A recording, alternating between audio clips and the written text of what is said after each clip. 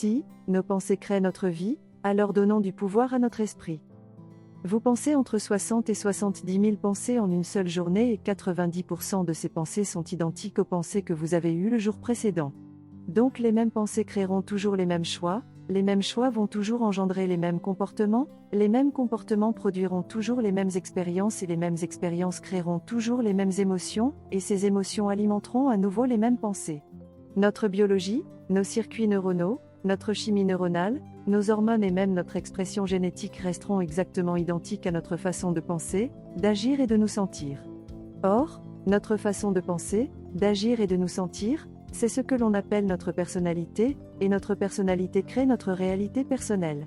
Alors si vous croyez, ne serait-ce qu'un tout petit peu que votre personnalité crée votre réalité personnelle et que vous voulez changer votre réalité personnelle, cela signifie que vous allez devoir commencer à changer votre personnalité en pensant à vos pensées, et en les modifiant.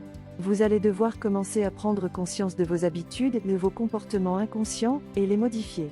Ensuite, regardez les émotions qui vous maintiennent liés à vos expériences passées et décidez si ces émotions-là ont leur place dans votre futur. La plupart des gens tentent de créer une nouvelle réalité personnelle en restant la même personnalité, mais ça ne fonctionne pas. Nous devons littéralement devenir quelqu'un d'autre. Alors réfléchissez avec moi à la chose suivante, une habitude c'est un ensemble redondant de pensées, de comportements et émotions automatiques et inconscients acquis par la répétition fréquente. Une habitude c'est quelque chose qu'on a fait tellement de fois, que notre corps sait le faire aussi bien que notre esprit. Alors si vous pensez les mêmes pensées 90% du temps, les mêmes pensées que la veille, vous démontrez les mêmes comportements 90% du temps, et vous éprouvez les mêmes émotions que la veille 90% du temps, avec le temps, vous allez commencer à activer les mêmes circuits cérébraux et les mêmes séquences, dans les mêmes configurations et combinaisons. Il y a un principe neuroscientifique qui dit que les cellules nerveuses qui s'activent ensemble se configurent et se lient ensemble. Donc quand vous pensez les mêmes pensées, qui engendrent les mêmes choix, qui bien évidemment produisent les mêmes comportements, qui créent les mêmes expériences, qui au final produisent à nouveau les mêmes émotions, qui produisent les mêmes pensées, avec le temps, vous commencerez à configurer, à graver votre cerveau, dans un schéma fini. Cette boîte dans votre cerveau, n'est pas littérale mais on peut dire que c'est une signature finie qui devient à terme votre identité.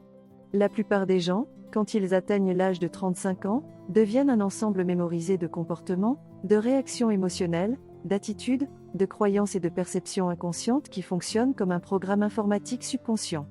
95% de qui vous êtes à l'âge de 35 ans est un ensemble mémorisé d'états d'être. Vous avez fait les choses tellement souvent que votre corps sait le faire mieux que votre cerveau. Vous direz peut-être je n'arrive pas à me souvenir d'un numéro de téléphone ou j'ai oublié mon code PIN, mais si vous prenez votre téléphone et vous regardez l'écran, vous verrez que vos doigts vont faire le numéro. Qu'est-ce que cela veut dire ? Vous l'avez si souvent pratiqué que votre corps a su comment le faire mieux que votre cerveau, c'est là qu'existe 95% de notre identité. Et maintenant vient la partie la plus importante, chaque fois que vous apprenez quelque chose de nouveau, vous ajoutez un nouveau point à la tapisserie tridimensionnelle de votre matière grise. Si vous commencez à penser à ce que vous avez appris, vous allez faire en sorte que votre cerveau s'active selon de nouvelles séquences, de nouveaux schémas, de nouvelles combinaisons. Toutes les fois où vous faites fonctionner différemment votre cerveau, vous changez votre esprit, car l'esprit c'est le cerveau en action. Nous pourrions dire que de nouvelles pensées devraient engendrer de nouveaux choix et de nouveaux choix devraient mener à de nouveaux comportements et de nouveaux comportements devraient créer de nouvelles expériences et de nouvelles expériences devraient produire de nouvelles émotions qui devraient inspirer de nouvelles pensées, ça c'est que l'on appelle l'évolution. Je vous invite sur le blog Soif de Vie pour mieux comprendre le processus du changement en suivant le lien dans la description.